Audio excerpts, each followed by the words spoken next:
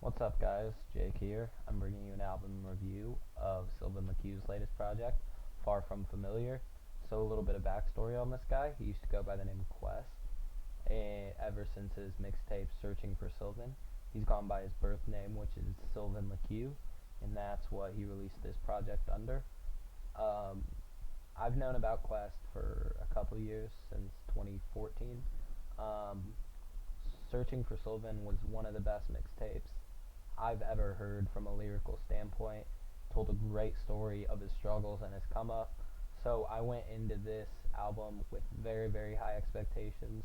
I was rooting for Sylvan. So now let's get into a track by track review and let you know what I thought. Alright, the first track is called Loner.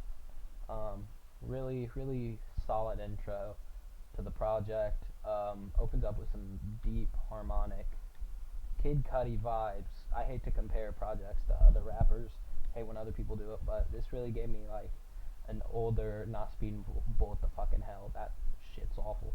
But really old Kid Cudi singing at the beginning. It was really nice. It was really smooth. Sounded like an intro, and then midway through he hops into a verse, a very confident verse introducing himself, saying I can't wait to wait at the finish line and look back and wish myself congratulations, something like that. But that's a really, really good line. When I heard that, I was like, oof. I was very impressed, and I knew this was going to be a solid project if he continued this consistency throughout. So it was a good intro. It does its job. Now into the next track. Track number 3 is Cruel World. I don't think it's featuring anyone. No, it's not. It's just him. Um, he opens it up with a very soulful beat, very simple beat, just a little with some instrumentation, but that's the gist of it. It's very very soulful, very gives off like almost a slave song kind of vibe. I don't know if he was meaning to do that, but it sounds really nice, sounds really cool. Chorus is nice, and then it's the beats based off of that. Um, I like the beginning, and then midway through he kind of slows it down. He slows down the hook like type. In Cruel World he says, "Don't let these people phase me. Don't let this cruel world deceive me," something like that. But he slows it down to where it sounds like that. I don't have a problem with this, but the way it sounds with the raps, I feel like it doesn't really go together, and it's very disappointing because the first half of the track is probably one of the highlights of this album.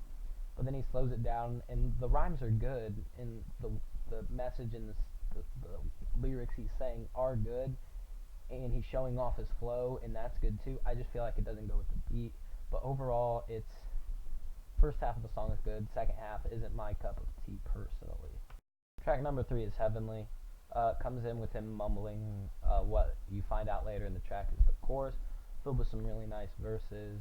On the first verse is talking about it's like tips. It's like the game changes every month, so keep your mind up, pay attention, which is true because the music industry is very wobbly. Like dubstep was cool a couple years ago. Now it's house music and stuff, and rap's changing, rap's evolving. Went from like lyricism to like trapping out now, but lyricism's still relevant. It's a very complicated industry, and you got to keep your head up. And he's just addressing that, and it's a really nice track.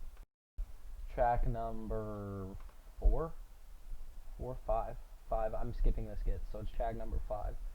Fall from Grace. One of my favorites on this album. He released it as a single before, I believe. When I heard it, I really listened to it a couple times and kind of dismissed it. I heard it on the track, or I heard it on the album. Gave it a few more listens. It's really, really good. The chorus is spot on. Anything you want from a chorus, he delivers. The beat's really, really, really good. And the verses are him just showing off his lyrical abilities, and it's one of my favorite tracks on this. It's a really nice track. Track number 7 is Studio City featuring Malaps. I wasn't really feeling this song. Basically about a song how it's like you want to fall in love, but I'd rather picture you naked. Very unnecessary song in my opinion. I didn't really like it. I saw it as a filler just to add tracks, which you didn't really need to do. It's 16 tracks. A couple skits interludes, but overall it's a decently sized project. I feel like it was an unnecessary filler, in my opinion. Alright, I'm actually going to do this interlude. Venus Moore says LOYL, love of your life. It's an interlude, it's just Venus Omar, whoever, I don't know who this is, but it's just them singing, doing their thing.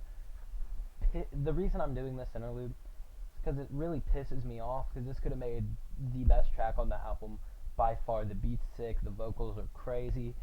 If Sylvan just went on this, made a couple,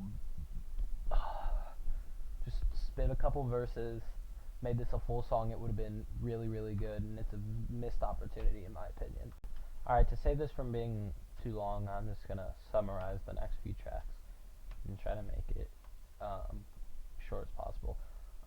Emeryville is a track where he sings at the beginning. Something I really enjoy about this album is the very consistent choruses. He's really good. He has a really good voice, and the production is on point with most of the tracks. And yeah, but Emeryville's a good track. Caravan 04 is featuring Lindsay Jive, girl from the first track. That's a really, really good one. Lisa Bonet is yeah, it's a love song. It's really, really sick. And another thing about this album, I don't know if he does this on purpose or if it's just me, but I think the project exponentially gets better. Like, the beginning, you're like, okay, I'm seeing this guy, it's pretty good. And then, once you hit track 9 after the LOYL interlude, it just skyrockets, in my opinion. The tracks get better and better as the album goes on.